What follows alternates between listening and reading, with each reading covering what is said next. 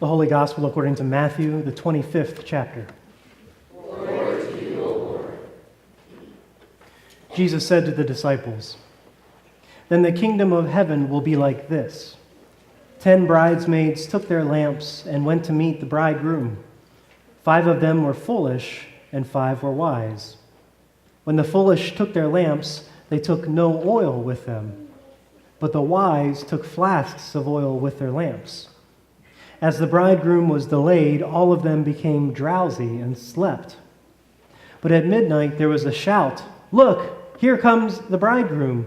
Come out to meet him.' Then all of those bridesmaids got up and trimmed their lamps. The foolish said to the wise, 'Give us some of your oil, for our lamps are going out.' But the wise replied, 'No, there will not be enough for you and for us. You had better go to the dealers and buy some for yourselves.' While they went to buy it, the bridegroom came, and those who were ready went with him into the wedding banquet, and the door was shut. Later the other bridesmaids came also, saying, 'Lord, Lord, open to us.' But he replied, 'Truly I tell you, I do not know you. Keep awake, therefore, for you know neither the day nor the hour.'"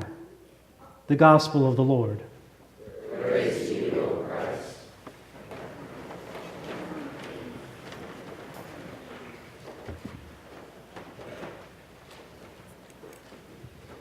What are we waiting for?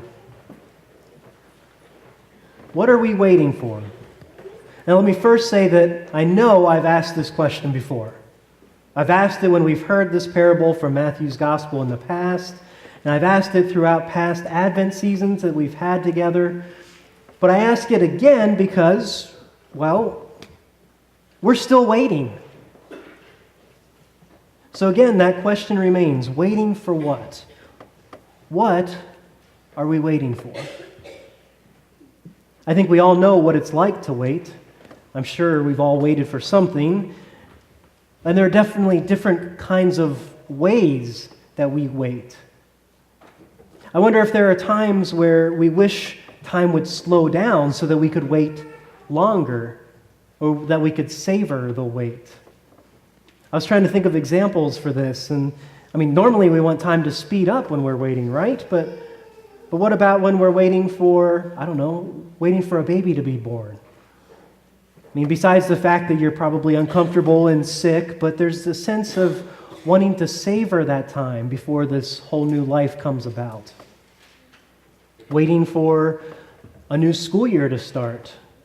You probably want to enjoy to the fullest as much of that time as possible. Waiting for a leave for deployment. You want that time to slow down. Or sometimes we want time to slow down because we need to get a lot more done because what we're waiting for arrives. Of course, there are times when waiting is painful and we want it to hurry up. When we're stuck in traffic, or waiting in a doctor's waiting room, waiting for an acceptance letter for a job application or from a college, waiting for test results to come back, waiting for a family member to return from deployment. Waiting becomes tougher in those times. And then what you're waiting for, when it gets here, sometimes it's good, sometimes it's not as good. Sometimes there's a hurry up and wait, rush, just to get somewhere, and then wait again. And sometimes you're waiting when you shouldn't be, like waiting for your photo directory appointment, already having changed your clock back, and ending up 20 minutes late and showing up missing an earring. I read about that in the Courier this weekend. We know what it is to wait. The question then, I think, is, how do we wait? But in order to answer that, I think we need to go back to that first question and answer that one. What are we waiting for? I think we all know that in a couple weeks we're going to begin once again that season where we focus on waiting for the birth of a Savior. Advent, that's that weird season in the church where the whole rest of the world is celebrating Christmas, which has already started, And then while the world is celebrating, that mean old pastor won't let you sing Christmas carols in church because something about still having to wait for Christmas to come. So yeah, in a couple weeks, we're still going to talk about waiting. But in that case, it's in terms of waiting for the first coming, the first arrival of Jesus among us. But then every year in those weeks before Advent, and in the weeks after Reformation and after All Saints, we hear more stories of waiting like we just did. And in those cases, we talk about waiting for Jesus' second coming, when Jesus will return to this earth and do things like, according to Matthew, be like a shepherd and separate the sheep from the goats. So does all that kind of answer that question? What are we waiting for? We're waiting for Jesus' second coming. We're waiting for God's kingdom to be fulfilled. We're waiting for that day when all will be made right with the world. Is that okay? If we're okay with that answer, I think that's a fair place for us to start. And then we can move to this next question of how do we wait for all of that? In one sense, the answer seems pretty easy. We try to be faithful followers of Christ. We try to be good Christians, however we want to define that, so that we can get to heaven, because, doggone it, that's the whole point of this anyway. Right? Okay, well, we say all this about wanting to be faithful and good and waiting well, but what does that mean? Are we honestly, anxiously awaiting Jesus' return right now? Do we wake up each and every day and think, oh, maybe today's the day, I better be prepared? Do we think that way? Let's look back at those who heard Matthew's gospel when it was written. Those original hearers of this gospel had already been waiting for all of this for at least 50 years, if not longer. Those who had heard this parable directly out of Jesus' mouth, they've probably all died at this point. Died while they were waiting for what Jesus had told them and promised them. And so here they are 50 years later, and when they hear Matthew's gospel, they think, we're still waiting? Is this still going to happen? The urgency in waiting after 50 years probably starts to wane a little bit, wouldn't you think? Sometimes waiting causes enthusiasm to build, and kind of in the way that it builds stress and nerves sometimes. But if you wait for a half a century, maybe not so much.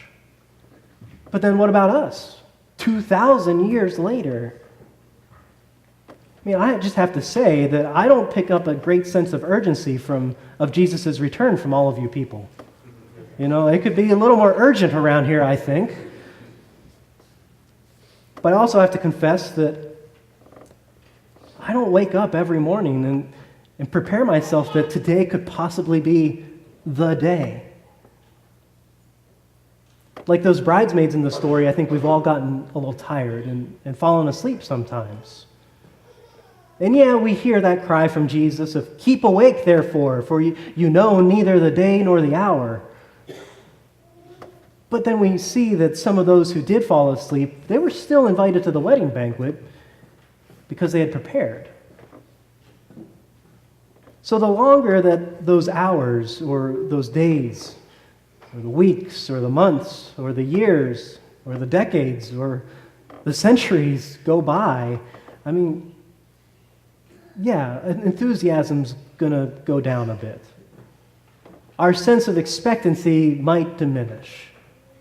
Like the bridesmaids, we use up all our oil and we have to start refilling it. Well, since this is a parable that Jesus tells, I think maybe we can play with that image of oil for a little bit.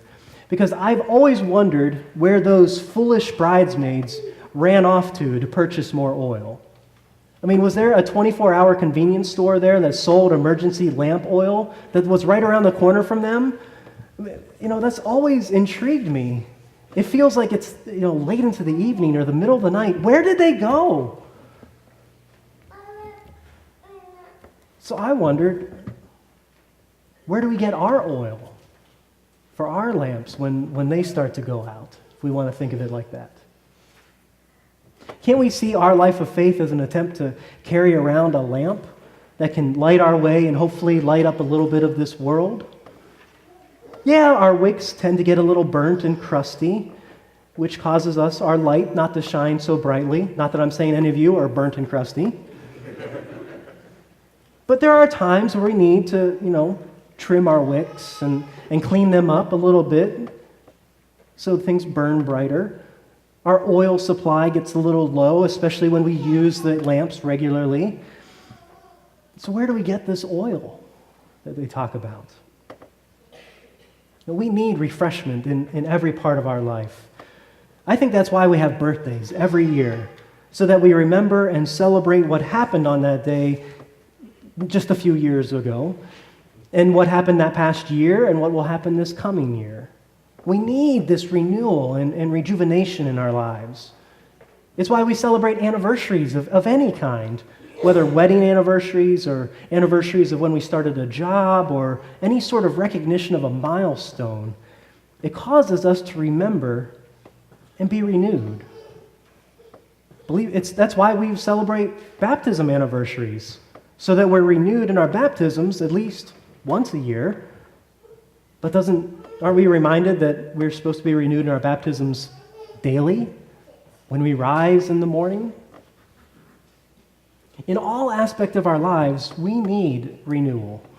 We need this refill of oil. So when we ask, how we wait, I would hope that our answer should be that we wait in ways that cause our oil to be refilled and replenished so that we can be prepared for God's kingdom. We wait in ways where we can find ways that our oil is to be filled. We find those ways for us. We remember our baptism each and every morning when we wake up. We take time for prayer. We take time for study. We come together for worship. But we also find those ways where we realize how God fills us. We remember the grace that God fills us with daily. We remember the freedom we've received through the cross of Jesus Christ. We remember how we come together in community, gathered by the Spirit, to wait. So in these days, in these weeks, and who knows, these years to come, how are you going to wait? Amen.